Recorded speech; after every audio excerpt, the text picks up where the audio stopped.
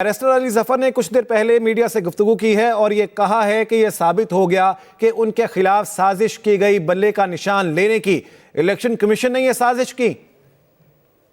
देखें, वो साजिश में दोनों को फरीक बना रहे हैं जिन्होंने दरखास्त दी।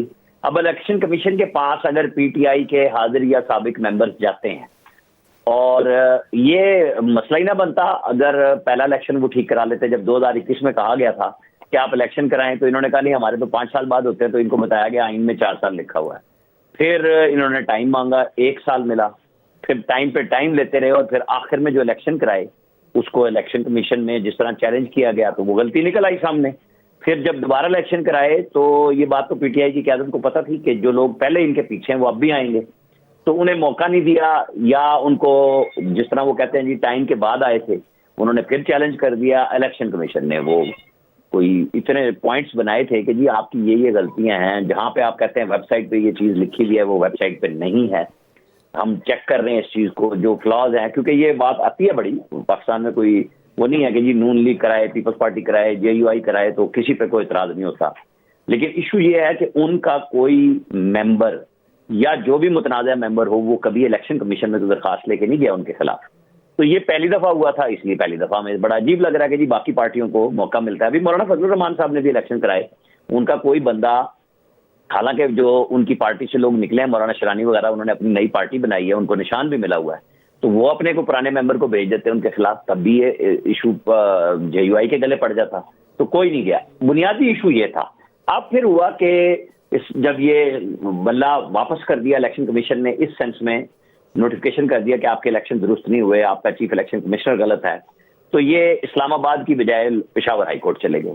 वहां जिन जज साहब ने स्टे दिया वो खुद कह रहे थे कि ये डबल बेंच का काम है। और खुद मैं एक प्रोग्राम में था जहां बात हो रही थी तो शेर अफजल मरवत ने कहा कि इस्लामाबाद हाई कोर्ट में रिट पिटीशन एक बेंच सुनता है और वहां पे डबल बेंच सुनता है पेशावर में। तो ये बात भी थी। तो इसकी बुनियाद पे ही इलेक्शन कमीशन ने उन लोगों ने जिन्होंने पहले चैलेंज किया था वहां पे किया कि ये फैसला गलत है, तो दूसरे सिंगल बेंच ने उस फैसले को खत्म कर दिया। तो ये कल से बहस चल रही थी कि क्या फैसला होना है, तो बिल आखिर ये फैसला हो गया है।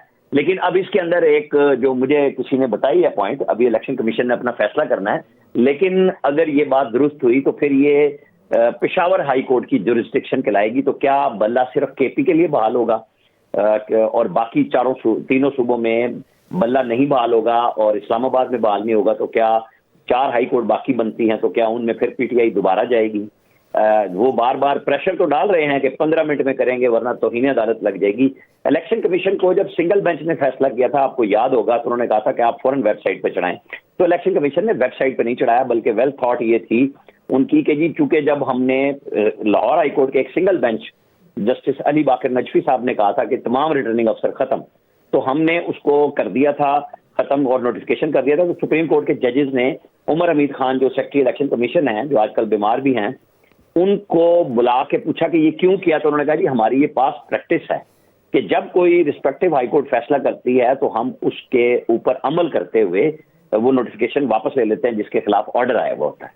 तो उसके बाद इन्होंने ये सोचा कि इस तरीके से तो गलत हो जाएगा कि पहले हम सुप्रीम कोर्ट में वजाहत भी दे चुके कि वो जुरिस्डिक्शन सारे पाकिस्तान की ना लाहौर हाई कोर्ट की थी ना अब पेशावर हाई कोर्ट की है। बहरहाल अब फैसला इलेक्शन कमीशन ने करना है कि वो अपनी वेबसाइट पे चढ़ाता है, वेट करता है, या इसके खिलाफ सुप्रीम कोर्ट में चला जाता है, या वो पार्टियां जिन लोगों ने ये जो अकबर एस बाबर हैं और बाकी वो जिस खातून नौरीन जिनके ऊपर पीटीआई ने ट्रोलिंग की, वो दोनों सुप्रीम कोर्ट में आ जाते हैं। ये बिल्कुल नई चीज होगी कि अब कैसे होगा, क्योंकि 13 जनवरी आखिरी है, उसके बाद सारी चीजें पीटीआई के लिए और मुश्किल हो जाएंगी कि बैलेट पेपर छपने शुरू हो जाएंगे, क्योंकि 13 तारीख को हतमी फहरिस्तानी है। हम एक अब ये भी देख रहे हैं कि इलेक्शन कमीशन ऑफ पाकिस्तान इस सिलसिले में अपनी स्ट्रेटेजी जो है वो क्या रखता है। आमिर इलियास राना साहब हमारे साथ मौजूद रहिए।